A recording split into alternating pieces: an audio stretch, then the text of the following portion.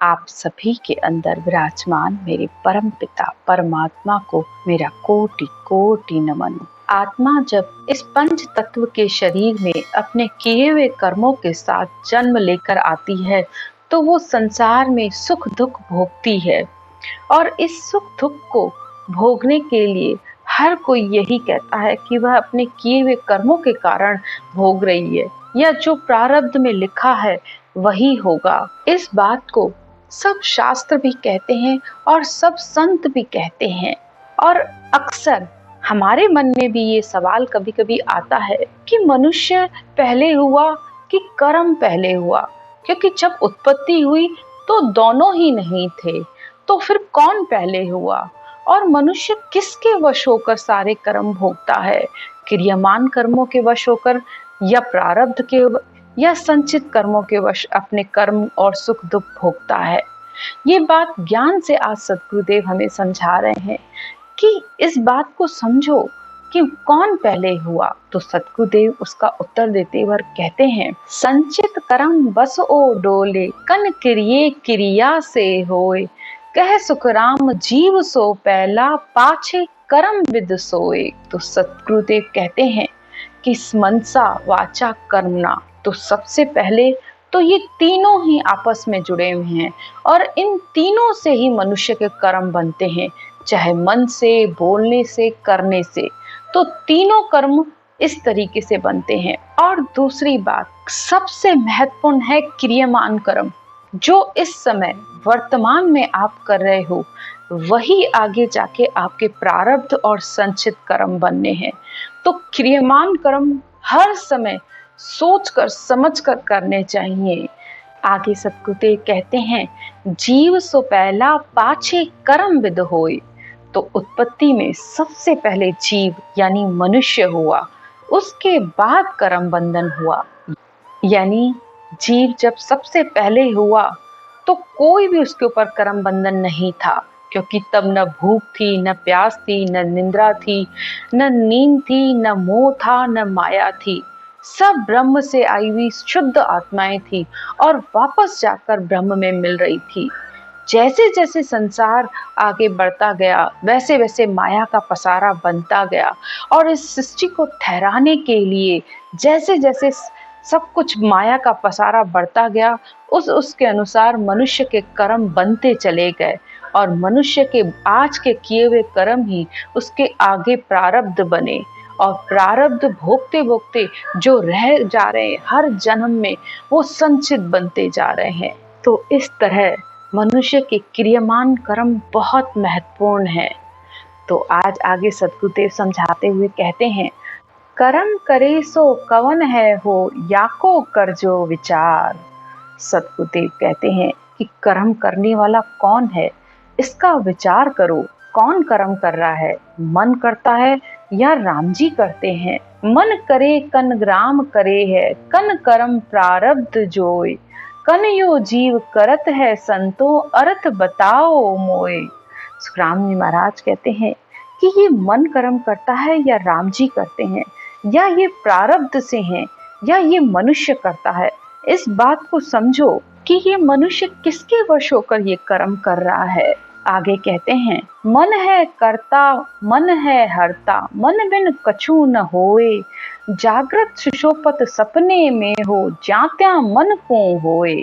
मनुष्य जो भी करता है इस मन के वश होकर करता है, चाहे इच्छा से, चाहे कामना से, चाहे वासना के वश, किसी न किसी वश, कभी लोभ के वश, कभी अहंकार के वश।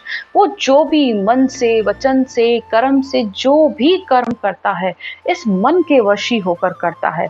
तो मन ही करने वाला है, मन ही हारने वाला है। मन के किए बिना कुछ भी नहीं होता है, चाहे सपने में हो, चाहे जागृत अवस्था में हो, हर जगह मन की अवस्था बनी रहती है, और ये मन के वश ही सारे होकर कर्म किए जाते हैं। आगे महाराज कहते हैं, तृष्णा भूख ऊंघ ओ आलस, छीक उबासी बाय, जे ओ मन कर्म को करता, यारी कहो कद चाय। सतगुरुदेव कहते हैं, भूख, प्यास, आलस, छीक, उबासी, अपान वायु, ये सब चीजें मन कब करना चाहता है, मन कब इन सब की इच्छा करता है? ये सब तो प्रकृति के वश है, 25 प्रकृतियों के सब कुछ वश होकर ये अपने आप होता है। सुख सो संपत बहुविध चावे, सो क्यों होवे नाई। ये मन तो बहुत सारी सुख संपत्ति चाहता है, तो फिर वो क्यों नहीं होती है। जे ओ मन करण है करता, दुख पावे क्यों जोई। अगर ये सब मन के चाहने से होता है, तो फिर मनुष्य को दुख की चाहना कब होती है। वो तो हमेशा ही सुख चाहता है। लेकिन माया बहुत ताकतवर है। ये माया अपने वश होकर मनुष्य से सारे कार्य करवा देती है। तभी तो सद्गुरुदेव कहते हैं, हे अवधू माया चरित्र दिखाए, हरिजन को हरि दे बिसराए। यानी भक्ति करते हुए भी मनुष्य इस माया के वश हो जाता है और वह सारे कर्म करने लगता है। सुख दुख तो मन है करता, तिन में फेर नसार। अब सो करे अगम में भुगते, पूरब का अबलार। इस बात में कोई संशय नहीं है, मनुष्य जो करके आया है आगे, उसी के अनुसार अपना सुख दुख भोगता है। आगे सद्गुरुदेव कहते हैं, संचित कर्म का है हर करता, क्रिय मन बस होए। बस सद्गुरुदेव आगे ये बात समझाते हुए कहते हैं कि क्रियमान कर्म इस मन के वश में है, बाकी संचित कर्म और प्रारब्ध कर्म तो परमात्मा के बस में है।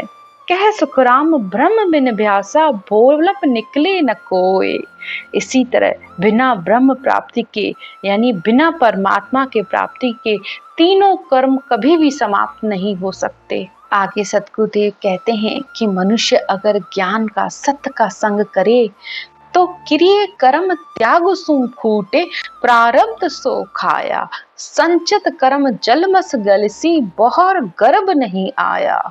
तो क्रियमान कर्म त्याग से खत्म होते हैं कि आज के बाद मैं कोई भी गलत कार्य, कोई भी गलत कर्म ना करूं, और प्रारब्ध कर्म भोगने से खत्म होते हैं, और संचित कर्म पीछे जन्म नहीं धारण करने से छूटते हैं, और आत्मा जन्म तब नहीं लेगी जब वह परमात्मा की भक्ति करके इस रटना के द्वारा सारे मनुष्य के कर्म भरम सब खत्म हो जाते हैं। तो संचित कर्म समाप्त होने पर फिर किसी भी प्रकार के कर्मों का भोग नहीं रहता है और आत्मा परमात्मा में मिलकर एक होती है। तो आप बस एक बात अच्छे समझ लीजिए, अगर आपको ज्ञान ज्यादा नहीं समझ में आ रहा है तो कोई बात नहीं, बस एक बात अच्छे से समझ लीजिए कि हर समय इस बात का ध्यान रखिए कि मैं रटना के द्वारा अपने कर्म काट रहा हूँ, और इस रटना से ही कर्म कटेंगे, तभी आत्मा की मुक्ति संभव है।